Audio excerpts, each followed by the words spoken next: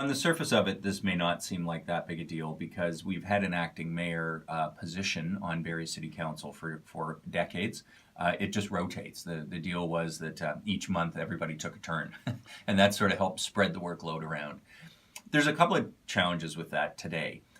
One is that there's that much more demand for events and meetings and issues in the community that the mayor needs to be at, or that a political representative of Barrie City Council really does need to be at. And so there's just, the situation that does occur in my office is we'll have 3 or 4 things at the same time.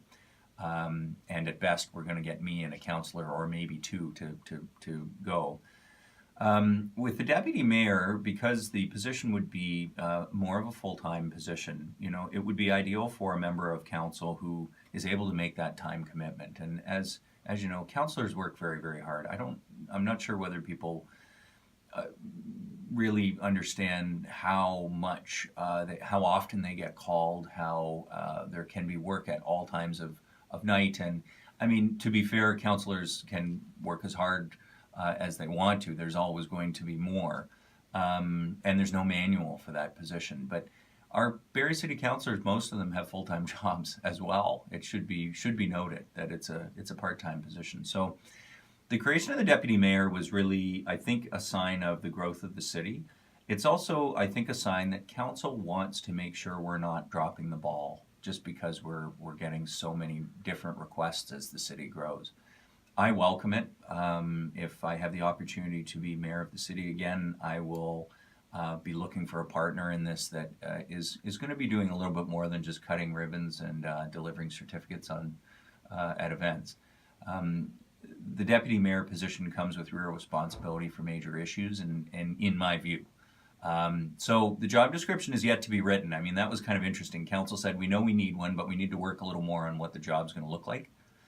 And I think that job description would come early in the next term of council. And as I say, if it's me that gets the honor of being part of that process, I'm really going to look forward to having that assistance because I think it'll help us do more. What council decided is to make it part of the appointments process. So what happens at the start of every term of city council, at the very beginning, the first meeting, is a report called Striking Committee, where the mayor recommends, after talking with the councillors about their areas of interest, the mayor recommends appointments to all of the different boards and committees that councillors are part of. And that's everything from the library board, the police board, the airport, the conservation authorities, all of the reference and advisory committees of council. There's actually something in the order of 60 or 70 different appointments.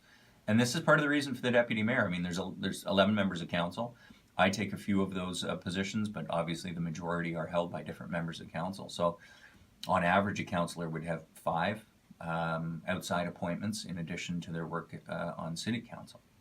So the idea would be that as part of that striking committee report, there will also be a recommendation from the mayor to appoint a deputy mayor, an individual. And I think this term, because it's the first time, the striking committee report will have the job description in it, and council may choose to do something with that. They may say, we feel the deputy mayor should do more of this or less of this, but that'll be for the new council to decide. So this is an appointed position, not an elected position as it is in some other jurisdictions? Yeah, so our staff gave us a report on this. To the south, in York Region, Halton Region, I think there's a number of municipalities that have an elected deputy mayor in the sense that you vote for it as citizens. There's also, but that's relatively rare.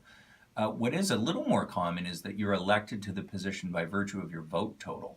So it's basically the councillor that gets the highest either percentage or vote total.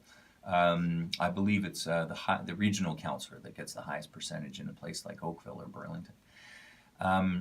In Simcoe County, what's much more common is the direct elected position. But these are small, much smaller municipalities, and they have county council, which Barrie does not. So the appointment process is what's actually common in bigger cities.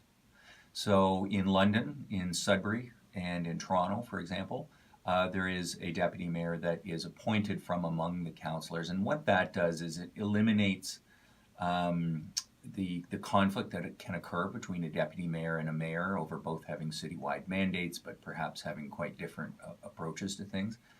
unfortunately, we have seen some of that in Simcoe County. And I'm not sure that the council thought that was a positive. So the approach we're taking is similar to other big cities where the individual will, of course, be elected as a councillor, but will serve as deputy mayor as an appointee.